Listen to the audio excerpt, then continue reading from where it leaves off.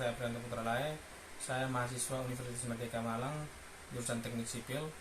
Pada video kali ini saya ingin membuat deskripsi tentang sebuah UMKM yang sukses tentunya untuk memenuhi kemandirian dan kewirausahaan.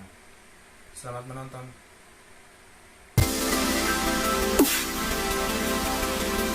Cara membuat blog untuk pemula bagian pertama, karena ke depan saya akan membuatkan kembali tutorial-tutorial seputar blog, dimana jika teman-teman mengikutinya dari yang awal hingga yang akhir, maka saya yakin teman-teman akan mendapatkan penghasilan dari blog. Jadi saya sarankan teman-teman ikuti saja dari bagian pertama hingga bagian akhir jika memang teman-teman ingin mendapatkan penghasilan. Oke, jadi untuk di video pertama ini kita akan membuat blog. Jadi pertama-tama silakan teman-teman buka saja aplikasi browser yang ada di laptop ataupun komputer teman-teman. Nah, dan pastikan teman-teman sudah login ke akun Google teman-teman. Nah, kemudian di bagian alamat web kita ketikkan blogger.com. Oke, kita buka. Nah, jika teman-teman sudah pernah membuat sebuah blog, maka tampilannya itu akan seperti ini. Nah, jadi di sini kita akan membuat sebuah blog baru. Jadi kita klik saja di bagian panah ke bawah yang ada di bagian ini. Selanjutnya kita klik blog baru. Oke, setelah itu kita masukkan judul dari blog. Contohnya itu seperti ini.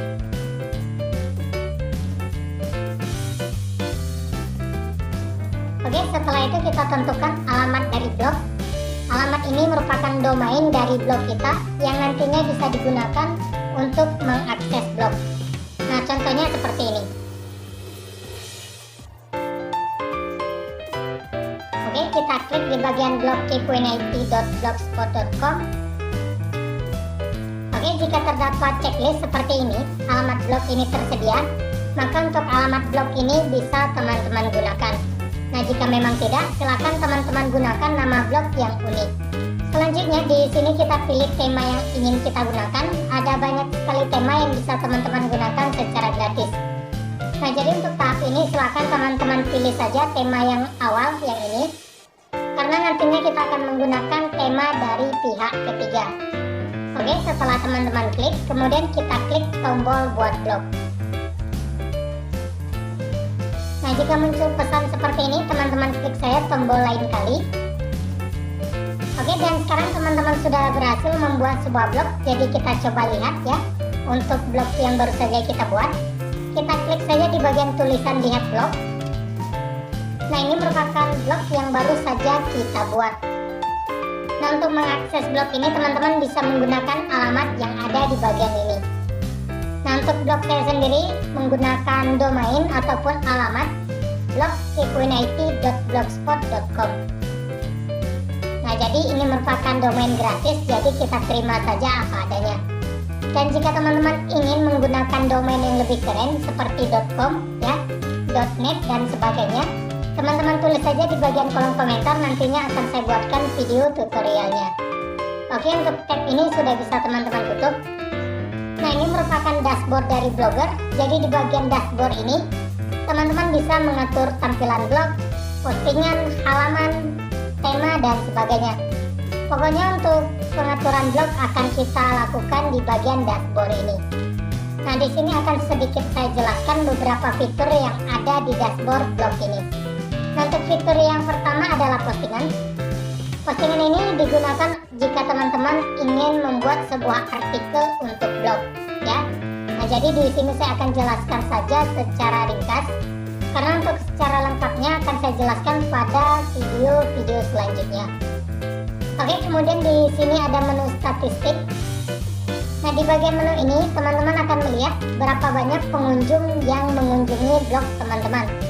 Dan di sini untuk jumlah pengunjungnya itu masih 0 karena untuk blog ini sendiri baru saja kita buat. Oke, kemudian di sini ada menu komentar. Nah, di bagian menu komentar ini teman-teman akan melihat orang-orang yang berkomentar di postingan ataupun artikel teman-teman. Oke, dan di bagian ini juga teman-teman bisa membalas komentar tersebut. Nah, kemudian di sini ada menu penghasilan. Nah, jika kita klik maka secara otomatis menu ini akan hilang ya. Ya tidak masalah, nantinya bisa kita munculkan kembali. Nah, jadi di sini teman-teman tidak perlu fokus dulu ke bagian penghasilan. Pahami dulu untuk dasar-dasar dari blog ini. Nah, selanjutnya di sini ada menu halaman, kita klik. Nah, di bagian menu halaman ini teman-teman bisa membuat sebuah halaman seperti about, contact us, privacy policy, disclaimer, dan sebagainya. Nah, semua halaman tersebut kita buat di bagian menu halaman ini. Oke, selanjutnya di sini ada menu tata letak. Nah, di bagian tata letak ini teman-teman bisa mengatur tampilan dari blog teman-teman. Dan untuk pengaturannya itu cukup mudah, teman-teman hanya perlu melakukan drag dan drop, maka secara otomatis untuk tampilan blog akan berubah. Nah, selanjutnya di sini ada menu tema. Nah, di bagian menu tema ini teman-teman bisa merubah tema ataupun tampilan dari blog teman-teman secara menyeluruh. Nah, nantinya kita akan menggunakan tema pihak ketiga, jadi kita akan menggunakan menu ini. Nah, selanjutnya di sini ada menu setelan. Oke, dan di bagian menu setelan ini ada beberapa pengaturan yang harus kita lakukan. Nah, kita klik tulisan edit di bagian deskripsi. Nah, kita masukkan deskripsi dari blog yang kita miliki. Nah, contohnya seperti ini.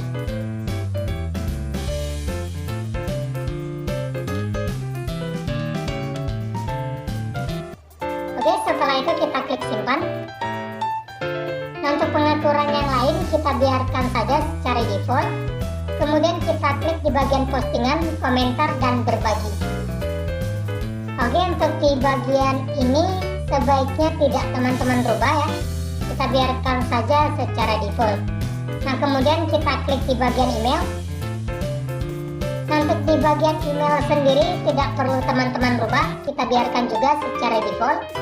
Kemudian kita klik di bagian bahasa dan keformatan. Oke, dan untuk di bagian ini sebaiknya tidak teman-teman rubah, kita biarkan saja secara default. Untuk bahasanya itu bahasa Indonesia, zona waktu, dan juga waktu kita biarkan saja secara default. Nah, kemudian kita klik di bagian preferensi penelusuran. Oke, lalu kita klik edit di bagian deskripsi.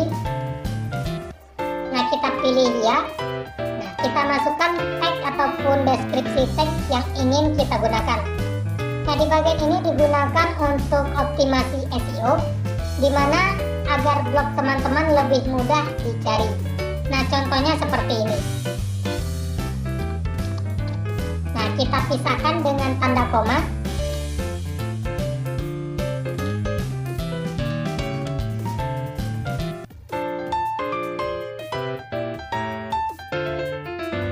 Nah, jadi di bagian ini teman-teman ketikkan saja kategori apa saja yang ingin teman-teman bahas di dalam blog ini. Nah, contohnya seperti tutorial, informasi, aplikasi, teknologi, game, tips, trik Android, komputer, laptop, PC, aplikasi, app, dan sebagainya. Jadi silakan teman-teman tuliskan saja kategori apa saja yang ingin teman-teman bahas di dalam blog ini.